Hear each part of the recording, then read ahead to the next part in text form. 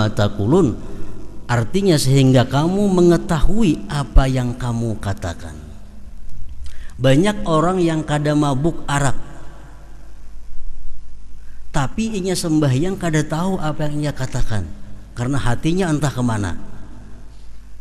Nah, jadi artinya dimaksud mabuk itu bukan hanya mabuk arak, mabuk apapun yang menyebabkan kita lupa terhadap apa yang kita baca, kada sadar dengan apa yang kita kerjakan, dihukumkan mabuk juga. Sehingga kalau seseorang itu kada khusyuk, sembahyangnya sah, namun dia dianggap kada berpahala. Karena khusyuk itu ruhus salah, khusyuk itu merupakan rohnya sembahyang. Hayam tuh ada harga amunnya hidup.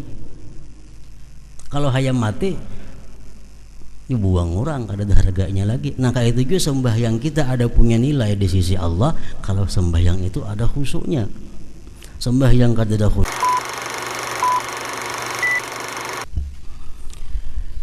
Bismillahirrahmanirrahim. Alhamdulillahirabbil alamin. Wassalatu wassalamu ala sayyidil anbiya'i wal mursalin sayyidina wa maulana Muhammadinil amin wa ala alihi wa sahbihi ajma'in, amma ba'd.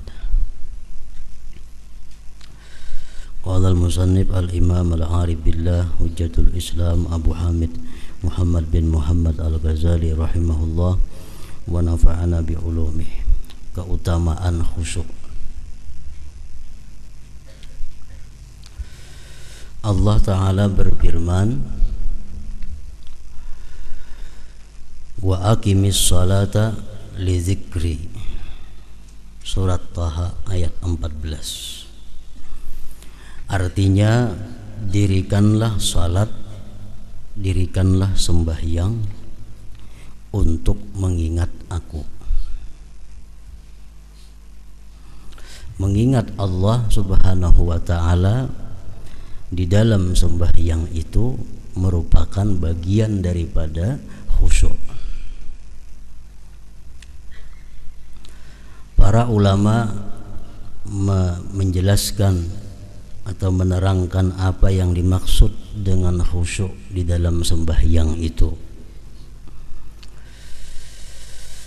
Mereka berkata, khusyuk itu adalah sukunul jawarih ma'ahuduril qalbi. Sukunul jawarih ma'ahuduril qalbi artinya tentram, tenang anggota-anggota tubuh beserta hadirnya hati. Nah, itu disebut khusyuk.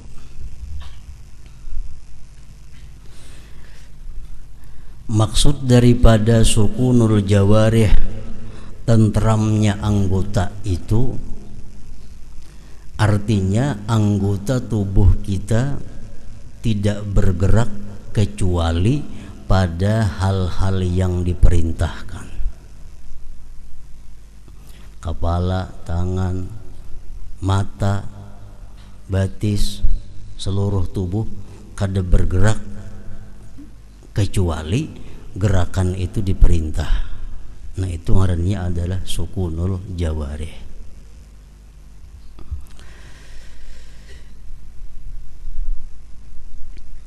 Ma'ahuduril qalbi, beserta hadirnya hati. Artinya hati hadir itu an la yatafakkara illa fi ma'na ma yaquluhu min qiraatin au zikrin au du'a. Dia tidak berpikir di dalam sembahyangnya itu kecuali pada makna yang ia katakan, kecuali pada makna yang ia sebut, daripada membaca Al-Quran atau zikir atau doa. Nah, itu disebut hudurul qalbi.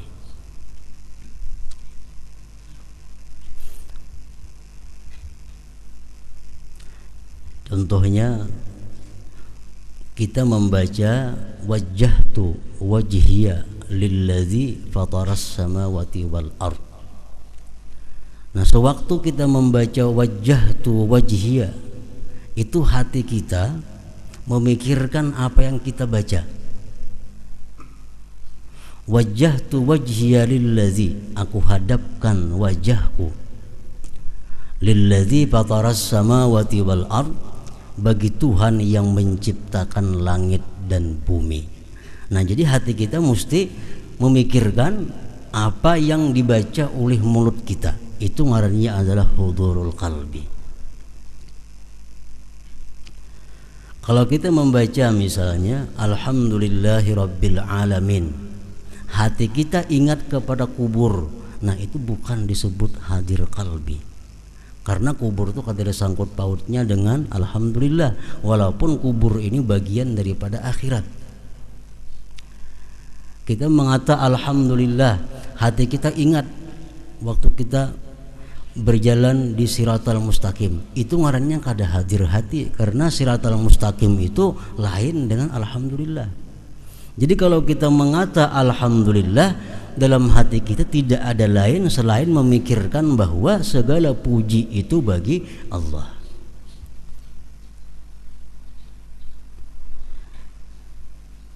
Zikir.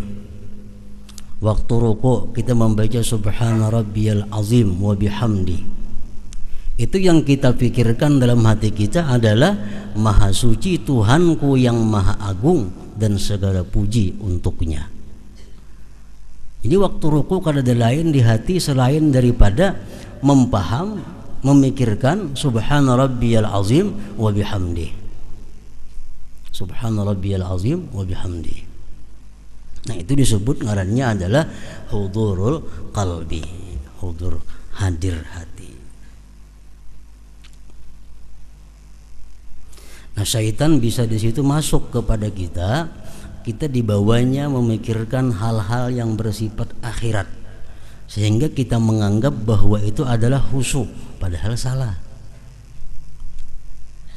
Kita membaca qul a'udzu birabbin nas, malikin nas, ilahin nas. Syaitan mengkritikkan di hati kita supaya kita ingat waktu kita ditanya munkar nakir kayak apa, waktu kita kena di padang mahsyar jam apa.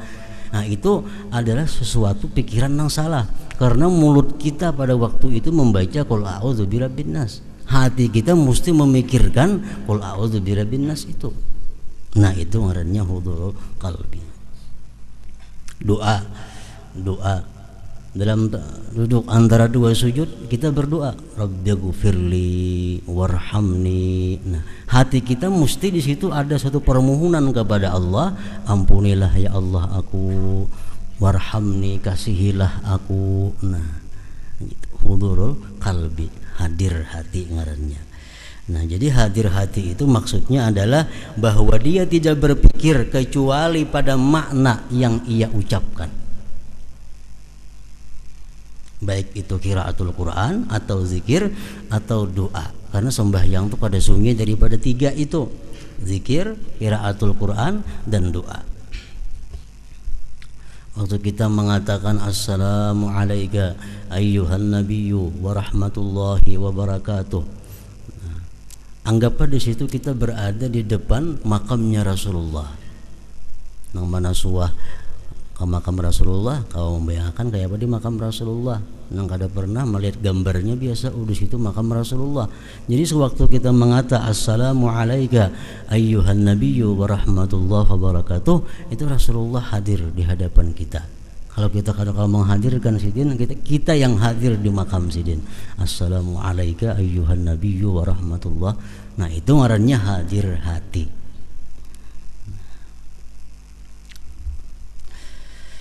Jadi ingat kepada Allah di dalam sembahyang itu merupakan bagian daripada khusyuk. Artinya dirikanlah salat untuk mengingat aku, jar Tuhan. Nah, kedudukan khusyuk di dalam sembahyang, Imam Ghazali mengatakan bahwa khusyuk itu merupakan syarat sah sembahyang. Kalau orang sembahyang itu kada khusyuk, bukan hanya kada diterima tapi kada sah. Nah, yang lain daripada Imam Ghazali ada pula yang mengatakan bahwa khusyuk itu adalah merupakan sunat muakkad daripada sembahyang. Sehingga kalau seseorang itu kada khusyuk, sembahyangnya sah, namun dia dianggap kada berpahala. Karena khusyuk itu ruhus salah, khusyuk itu merupakan rohnya sembahyang. Hayam tuh ada harga amunnya hidup. Kalau hayam mati dibuang orang, kada ada harganya lagi. Nah kayak itu juga sembahyang kita ada punya nilai di sisi Allah kalau sembahyang itu ada khusyuknya. Sembahyang kada ada khusyuk, Allah kada menerima, Allah membuang sembahyang itu.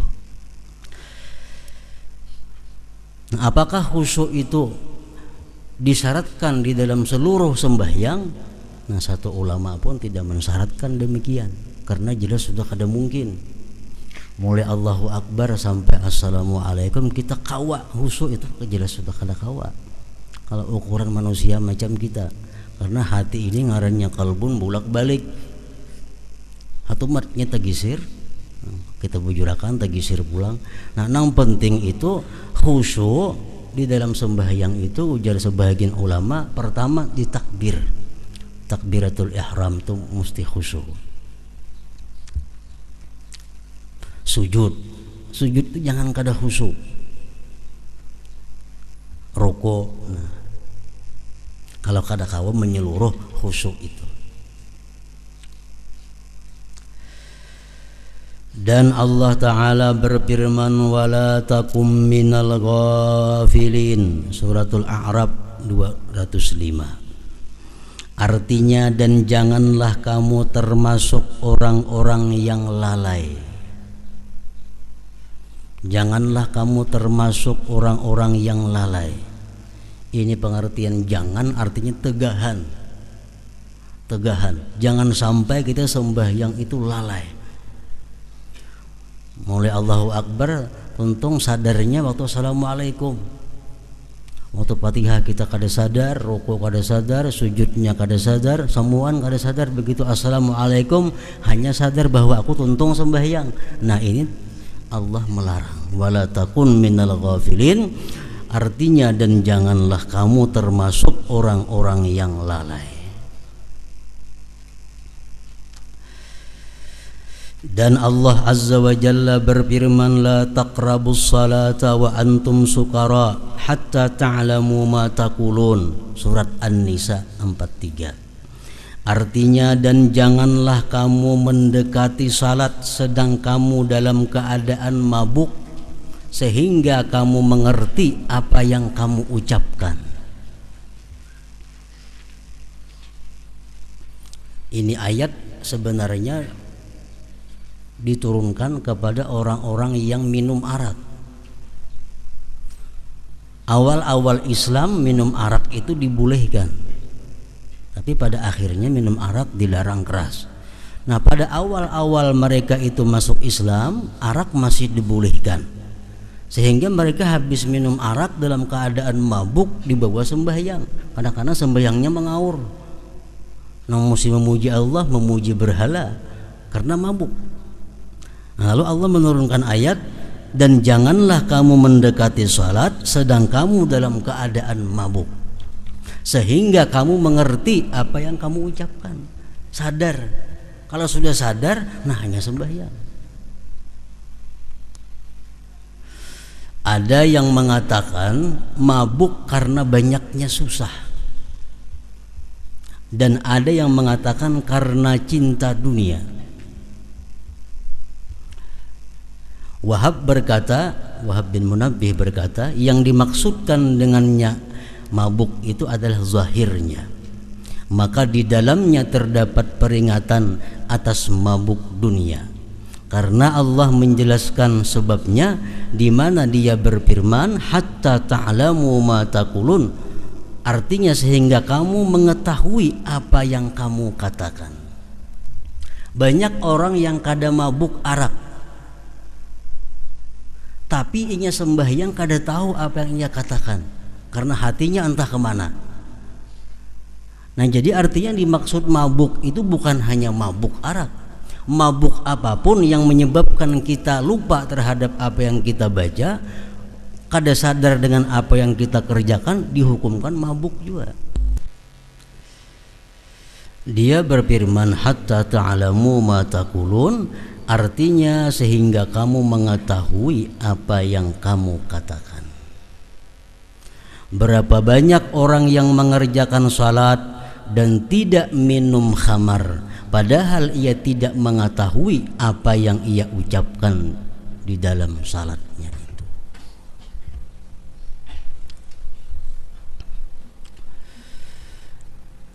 Nah, kenapa sebabnya kita itu di dalam sembahyang kadangkala menghadirkan hati? Artinya hati kita kadangkala memikirkan apa yang kita ucapkan. Hati kita kadangkala menghadirkan apa pekerjaan kita. Ada sebabnya kita kadangkala menghadirkan hati itu. Pertama, ada sebab yang zahir, kedua ada sebab yang batin. Sehingga kita sembahyang itu kadangkala hadir hati. Mulut mengucap alhamdulillah, tapi hati kita rahatan makan. Mulut mengucap ar-rahmanir rahim, hati kita sedang berhitung duit. Maliki yaumiddin di muntung kita, hati sedang berada di toko. Nah, ini menunjukkan bahwa hati kita kada hadir, kada memikirkan apa yang dibaca. Kenapa sebabnya? Ada dua macam sebab. Ada sebab yang zahir, ada sebab yang batin. Sebab yang zahir, sebab yang zahir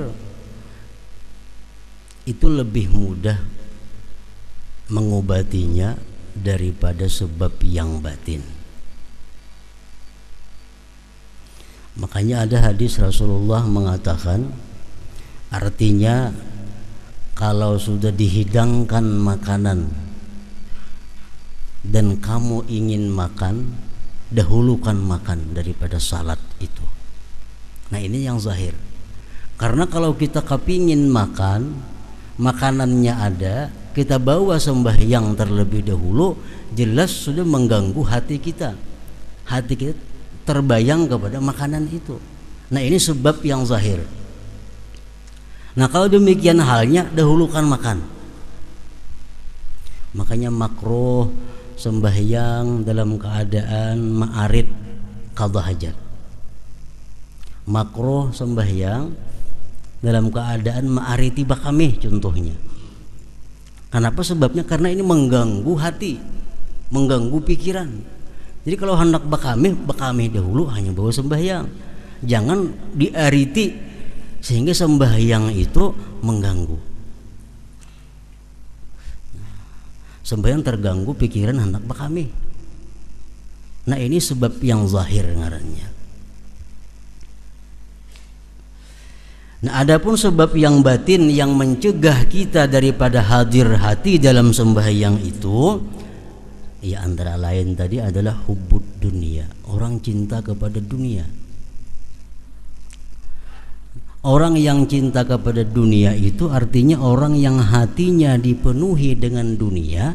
Nah, ini sembahyang kayak apa juga pun kada kawah khusyuk. Kenapa? Karena pikirannya selalu kepada dunia. Nah, ini yang batin, ini yang sulit mengobatinya. Sembahyang jangan hendak menghadap kepada gambar. Kenapa? Karena bila kita cangang ke gambar itu, otomatis hati kita mengiringi mata. Kada sadar lagi apa yang kita baca. Nah, ini mudah aja mengobatinya, dipacul gambarnya. Ini sebab yang zahir.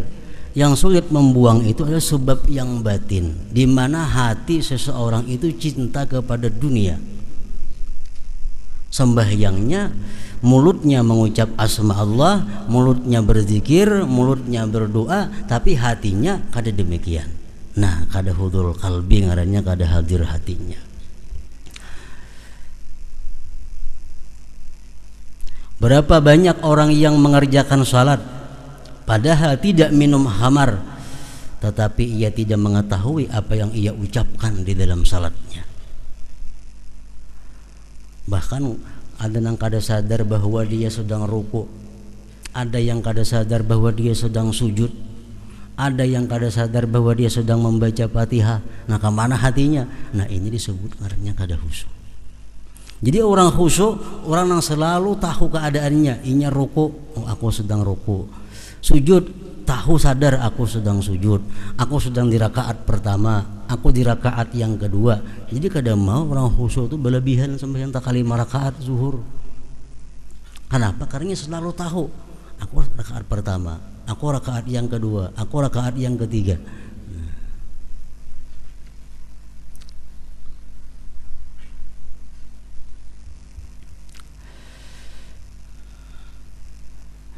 Nabi sallallahu alaihi wasallam bersabda, "Man shalla rak'ataini lam yuhaddits nafsahu bihima bi syai'in minad dunya, ghufira lahu ma taqaddama min dzambihi."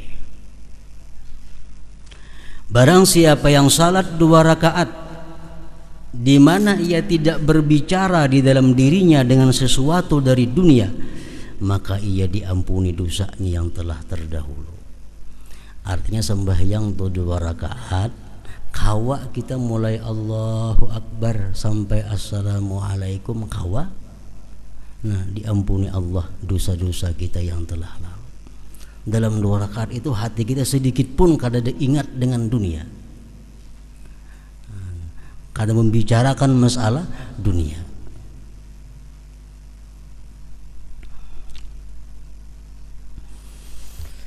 Imam Ghazali mengatakan sembahyang di awal waktu tapi kada khusyuk, sembahyang di akhir waktu tapi khusyuk, afdal di akhir waktu. Afdal di akhir waktu. Karena khusyuk ini adalah fadilat sembahyang yang berkaitan dengan zatnya sembahyang. Sedangkan awal akhir itu berkaitan dengan waktu. Waktu di luar daripada zatnya sembahyang. Mun aku sembahyang waktu ini, aku masih kada karuan, masih harus nak membayari ini, anak itu, hendak ini. Tapi kalau aku sembahyang di akhir waktu, urusanku sudah selesai, sembahyangku bisa tenang. Nah, lebih baik di akhir waktu. Lebih baik di akhir waktu. Ini kalau sudah terbukti. Terbukti.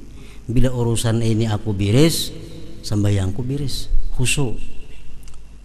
Di akhir waktu kada jadi masalah, asal khusyuk. Tapi kalau ragu-ragu, aku di akhir waktu belum tentu juga khusyuk. Baik di awal waktu, malahan dapat awal waktunya.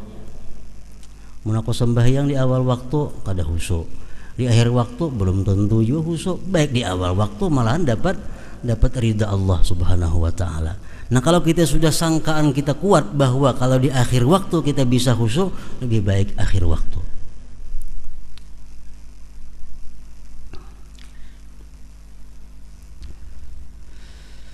Dan Nabi sallallahu alaihi wasallam bersabda, "Innamas salatu tamaskunun wa tawadu'un wa tadarru'un wa ta'awuhun wa tanadumun wa tad'u yadayka wa taqulu Allahumma Allahumma faman lam yaf'al fahiya khidajun."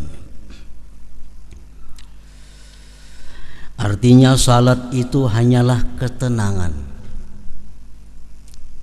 Salat itu ketenangan. Salat itu kada kawa terburu-buru, tegasa-gasa kada kawa sembahyang.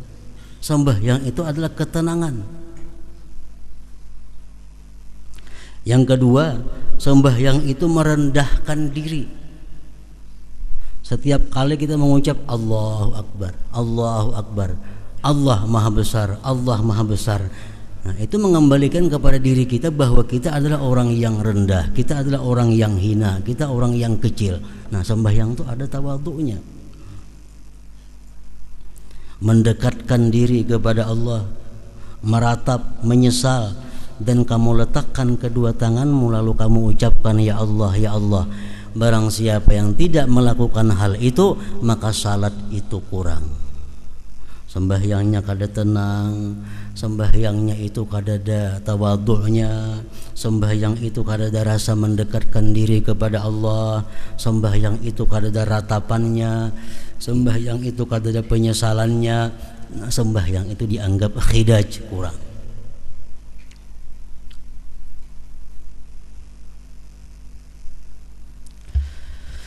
Dan diriwayatkan dari Allah Subhanahu wa taala, hadis qudsi dalam kitab-kitab yang terdahulu, bahwasanya Dia berfirman, tidaklah setiap orang yang salat aku terima salatnya.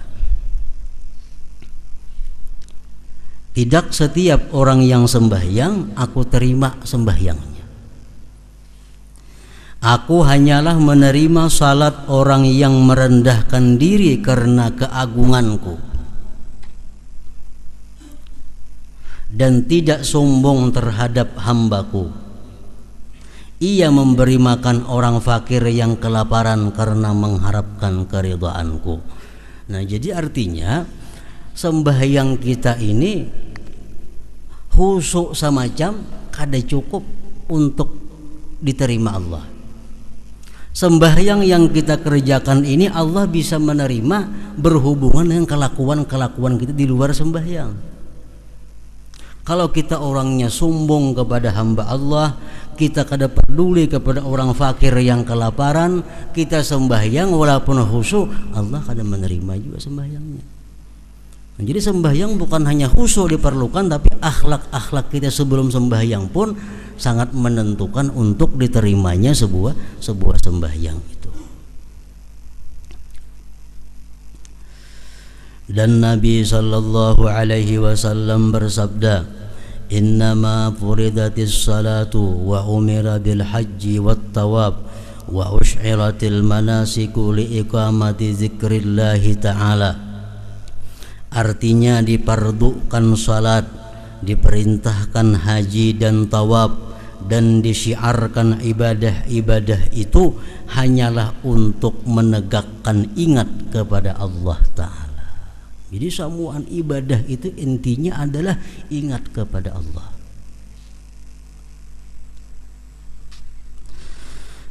Maka apabila di dalam hatimu tidak terdapat bagi yang diingat Allah, yang adalah Dia yang dimaksud dan dicari suatu kebesaran, dan tidak ada juga haibah, maka apakah nilai zikir ingatmu?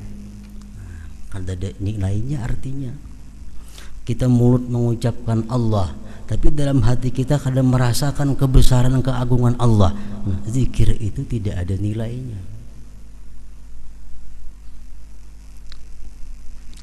Dan Nabi sallallahu alaihi wasallam bersabda kepada orang yang ia beri wasiat, pesan. Ujar Nabi kita, wa idza shallaita fasalli salata muwaddi'in. Artinya apabila kamu salat, maka salatlah dengan salat orang yang mau berpamitan, meninggalkan, yakni meninggalkan dirinya, meninggalkan hawa nafsunya, dan meninggalkan umurnya, berjalan menuju tuannya. Sembahyanglah kamu sebagaimana sembahyangnya orang yang mengucapkan selamat tinggal. Artinya apa? Kita sembahyang zuhur, kita berkeyakinan, kita berprinsip bahwa zuhur ini akhir sembahyangku, asar belum tahu. Nah, ini salah satu cara untuk membuahkan khusyuk di dalam sembahyang. Aku sembahyang asar. Sembahyang asar ini adalah sembahyang yang terakhir dalam umurku. Sembahyang maghrib belum tahu sampai ke sana umur. Nah, kalau sembahyang asarnya pasti sangat hati-hati, pasti sangat perhatian, karena ia menganggap ini asar sembahyangku yang terakhir dalam hidupku. Maghrib belum tentu, isya apalagi. Nah, itu pesan Nabi kepada seseorang, shalli wa idza shallaita fa shalli salata muwaddi'in. Ya ayyuhal insanu innaka kadihun ila rabbika kadhan famulaqih. Suratul Insyikak ayat 6. Artinya, wahai manusia, sesungguhnya kamu telah bekerja dengan sungguh-sungguh menuju Tuhanmu, maka pasti kamu akan menemuinya. Allah Ta'ala berfirman, wattaqullaha wa yu'allimukumullah, artinya dan bertakwalah kepada Allah dan Allah mengajarmu. Dan Allah Ta'ala berfirman, wattaqullaha wa'lamu annakum mulaquh, artinya dan bertakwalah kepada Allah dan ketahuilah bahwa kelak akan menemuinya. Dan Nabi sallallahu alaihi wasallam bersabda, man lam tanhahu salatuhu anil fahsya wal munkar lam yazdad minallahi illa bu'da. Artinya barang siapa yang salatnya tidak mencegahnya dari kekejian dan kemungkaran, maka tidaklah bertambah dari Allah kecuali jauh. Artinya orang ini sembahyang, tiap hari sembahyang, tiap waktu sembahyang, tapi kemungkarannya tetap terus jalan juga. Sembahyang kada pernah ketinggalan, munkarnya pun kada ketinggalan juga. Nah, orang ini sebenarnya makin hari makin jauh dengan Allah Subhanahu wa Ta'ala, bukan makin dekat. Kenapa? Sebabnya itu menunjukkan bahwa sembahyang yang dilakukannya itu kada diterima oleh Allah Subhanahu wa Ta'ala. Sebab sembahyang yang diterima Allah pasti mencegah diri daripada berbuat munkar. Orang yang sembahyang itu diterima Allah, mantah hati berbuat yang haram. Orang yang sembahyangnya diterima Allah, tertutup mulutnya untuk berkata-kata yang haram. Orang yang sembahyangnya diterima Allah, tertutup telinganya mendengari yang haram. Kalau masih suka berkata yang haram, mendengar yang haram, pertanda sembahyangnya itu belum diterima oleh Allah Subhanahu wa Ta'ala.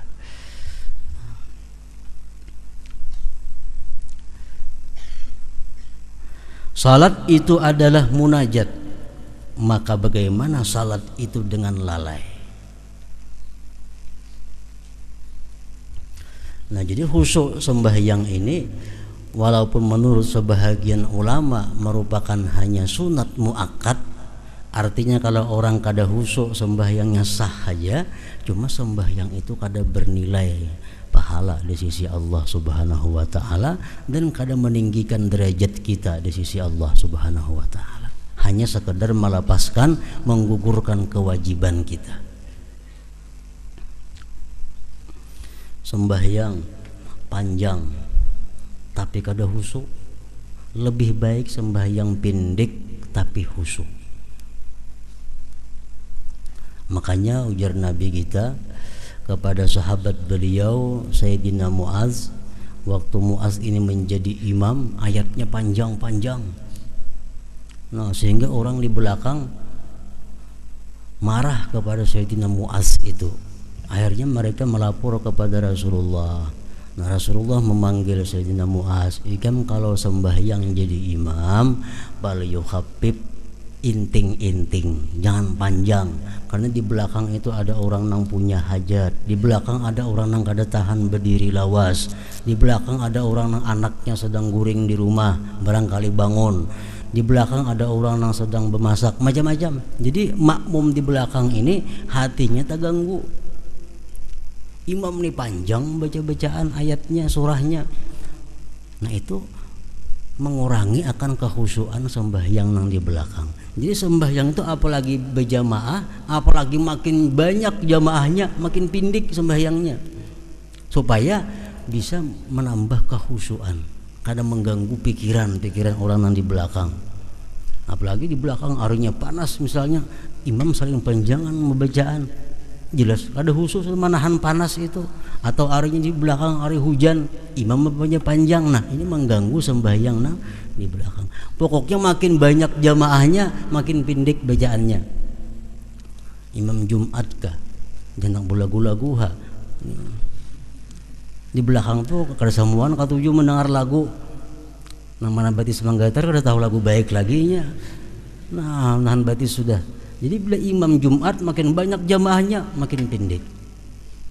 Latih kayak di Makkah sembahyang Jumat, qul ya qul Allah ya, kadang-kadang ayatnya jamaahnya banyak, orang macam-macam manusia.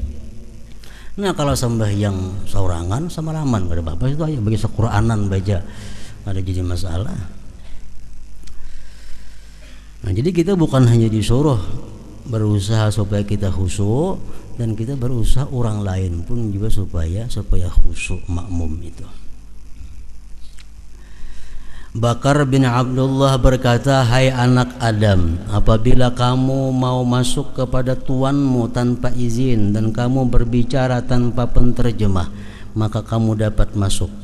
Lalu ditanyakan bagaimanakah hal itu? Ia menjawab, kamu sempurnakan wudukmu dan kamu masuk ke mihrabmu, maka ketika itu kamu telah masuk kepada tuanmu tanpa izin dan kamu berbicara kepadanya tanpa penterjemah.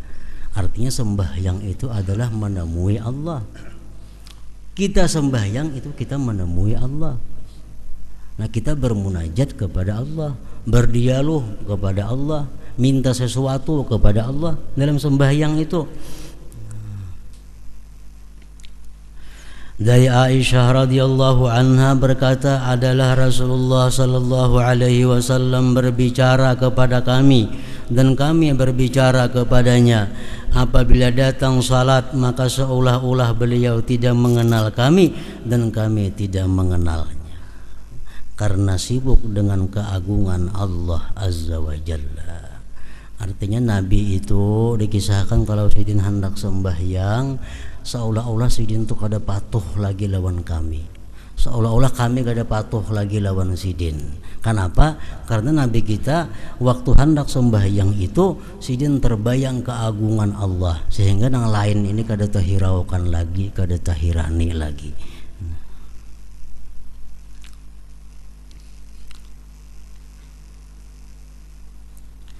Dan Nabi sallallahu alaihi wasallam bersabda, la yanzurullah ila salatin la yuhdirur rajulu fiha qalbahu ma'a badanihi. Artinya Allah tidak memandang kepada salat seseorang yang padanya ia tidak menghadirkan hatinya bersama badannya. Kita sembahyang, awak kita di masjid, tapi hati kita kadang-kadang di kebun. Awak kita sembahyang di masjid, hati di rumah tertinggal. Kadang-kadang kita sembahyang di masjid, hati kita di sepeda motor, perhatian di sepeda motor bebalapan. Nah, sembahyang di masjid, hati di warung. Nah, Allah kadang memandang kepada sembahyang itu. Allah kadang menoleh, kadang menilai. Allah tidak memandang kepada salat seseorang yang padanya ia tidak menghadirkan hatinya bersama badannya itu. Jadi seapa kita kawa menghadirkan hati di dalam sembahyang, nasa itulah sembahyang kita yang diterima oleh Allah Subhanahu wa taala. Hadis mengatakan, laisa lil abdi min salatihi illa ma aqala minha.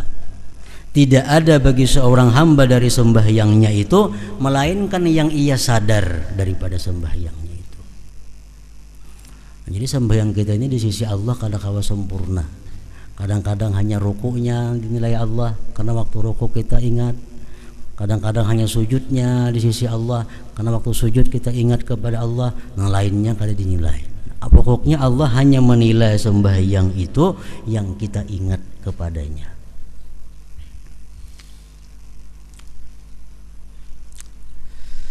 Allah tidak memandang kepada salat seseorang yang padanya ia tidak menghadirkan hatinya bersama badannya. Ibrahim al-Khalil alaihi salam apabila berdiri untuk salat, maka terdengar detak jantungnya pada 2 mil karena takut keagungan Allah. Sa'id at-Tanuhi apabila salat maka tidak terputuslah air mata dari kedua pipinya atas janggutnya. Dan Rasulullah sallallahu alaihi wasallam melihat seseorang bermain-main dengan janggutnya di dalam salat, lalu beliau berkata, "Lau khasha'a qalbu hadza la khasha'at jawarihuhu." Artinya seandainya hati orang yang ini khusyuk, niscaya anggota-anggota badannya itu khusyuk juga. Jadi manusia terdahulu yang mulia, para aulia-aulia Allah, mereka sembahyang itu kada sama satu sama lainnya. Ada yang sembahyang itu senang, gembira, hatinya nyaman menghadap Allah. Ada juga yang sembahyang itu tertangis, kayak tadi kan ada tangis membasahi janggutnya. Nah ini kenapa berbeda? Sembahyangnya sama, Tuhannya yang disembah sama. Nah berbeda demikian karena berbeda makam kedudukannya. Yang pertama, kedudukan yang disebut u'budillah ka'annaka tarah. Beribadahlah engkau kepada Allah seolah-olah engkau itu melihat Allah. Nah, orang melihat Allah, orang yang paling lezat. Orang yang melihat Allah, orang yang paling merasakan kenikmatan yang luar biasa. Dalam surga orang nang rahatan makan, orang nang rahatan bersenda gurau lawan bininya, orang rahatan bermain-main. Tapi kalau ada pengumuman bahwa Allah bertajalli, semua meninggalkan menuju kepada zat Allah, memandang kepada zat Allah. Karena memandang zat Allah merupakan puncak segala kelezatan dan kenikmatan. Nah jadi sembahyanglah kamu seolah-olah kamu melihat Allah. Nyaman artinya. Nah ini sembahyangnya hatinya gembira, sembahyangnya bersemangat, sembahyangnya nyaman, karena dia seolah-olah melihat Allah. Nah ini kedudukan yang tinggi, kedudukan yang tinggi. Yang kedua, fa illam takun tarah fahuwa yarak. Jikalau engkau kada bisa seolah-olah melihat Allah, itu kada bisa kita macam itu. Ambil nang kedua, Allah melihat engkau. Allah melihat engkau. Nah kalau kita sembahyang ini merasa bahwa kita dilihat oleh Allah, bisa gugup sembahyangnya, bisa menggetar, ada yang menangis. Nah itu nang kedua ini, karena mereka kada mampu merasakan bahwa melihat Allah itu, kada kau membayangkan, mereka ambil jalan nang kedua, Allah melihat. Jadi mulai takbir sampai salam ini merasakan kada terlepas dari sedikit pun daripada pengawasan Allah. Mulai Allahu Akbar, nah ini sudah merasa bahwa Allah melihat dirinya, ini merasa Allah memandang, sedikit pun kada terlepas dari pandangan Allah. Otomatis sembahyang itu ada beban. Nah kita menulis dilihat oleh guru, nah kita ada beban, hati-hati jadinya, takutan tersalah. Nah itu orang nang sembahyang khusyuk. Ada dua. Pertama, seolah-olah dia melihat Allah, kalau sembahyangnya nyaman, sembahyangnya nikmat. Atau kalau kada kawa itu merasa dilihat Allah, diperhatikan Allah. Nah hati-hati sembahyangnya, bacaannya hati-hati, rukuknya hati-hati, sujudnya hati-hati. Hatinya pun takut kalau berpaling daripada Allah, karena dia tahu Allah mengetahui hatinya.